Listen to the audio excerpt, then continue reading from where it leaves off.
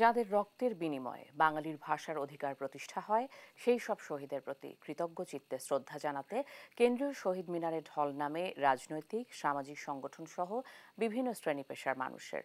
অমর ২১শে ফেব্রুয়ারির প্রথম প্রহর রাত ১২টা ১ মিনিটে রাষ্ট্রপতি মোহাম্মদ আব্দুল হামিদ ও প্রধানমন্ত্রী শেখ হাসিনা পুষ্পস্তবক অর্পণ করে ভাষা শহীদদের প্রতি শ্রদ্ধা জানান। মিরাজ মিচুর রিপোর্ট।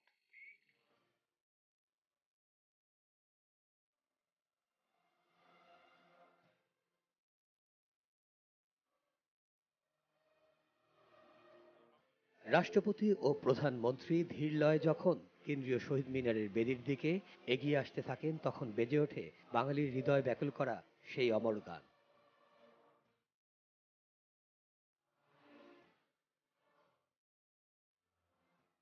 রাত ১২টা ১ মিনিটে ২১-এর প্রথম প্রহরে কেন্দ্রীয় শহীদ মিনারের বেদিতে পুষ্পস্তবক অর্পণ করেন প্রথমে রাষ্ট্রপতি মোহাম্মদ আব্দুল হামিদ।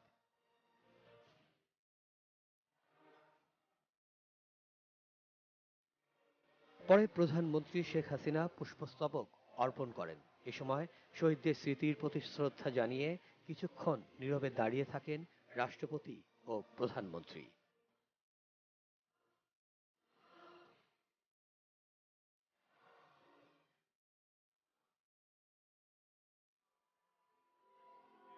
পরে মন্ত্রী পরিষদের সদস্য ও জ্যেষ্ঠ নেতাদের নিয়ে আওয়ামী লীগের সভাপতি শেখ হাসিনা দলের পক্ষ থেকে শহীদদের প্রতি শ্রদ্ধা জানান।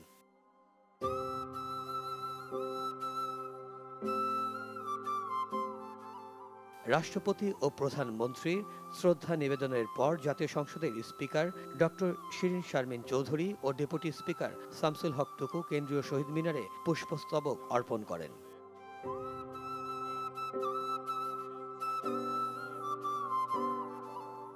এ সময় তিন বাহিনীর প্রধানরা শহীদ মিনারে পুষ্পস্তবক অর্পণ করেন।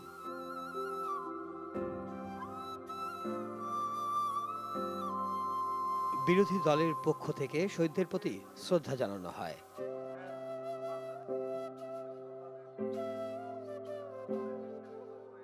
এরপর বাংলাদেশে নিযুক্ত বিভিন্ন দেশের কূটনীতিকরা শহীদ বেদিতে পুষ্পার্ঘ্য অর্পণ করেন।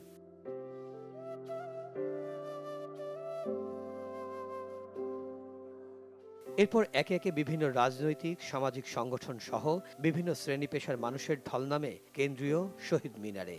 ফুলে ফুলে ছেয়ে যায় শহীদ বেদি।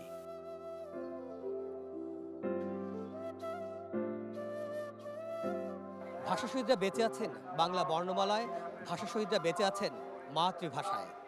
ভাষা শহীদরা শিখিয়ে গেছেন কিভাবে বুকের রক্ত দিয়ে আগলে রাখতে হয় মায়ের ভাষাকে। প্রজন্ম থেকে প্রজন্মতর ভাষা শহীদদের দেখানো পথেই হাঁটবে বাংলাদেশ, এমন প্রত্যাশা সবার। মিরাজ মিজু, দেশ টিভি, কেন্দ্রীয় শহীদ মিনার, ঢাকা।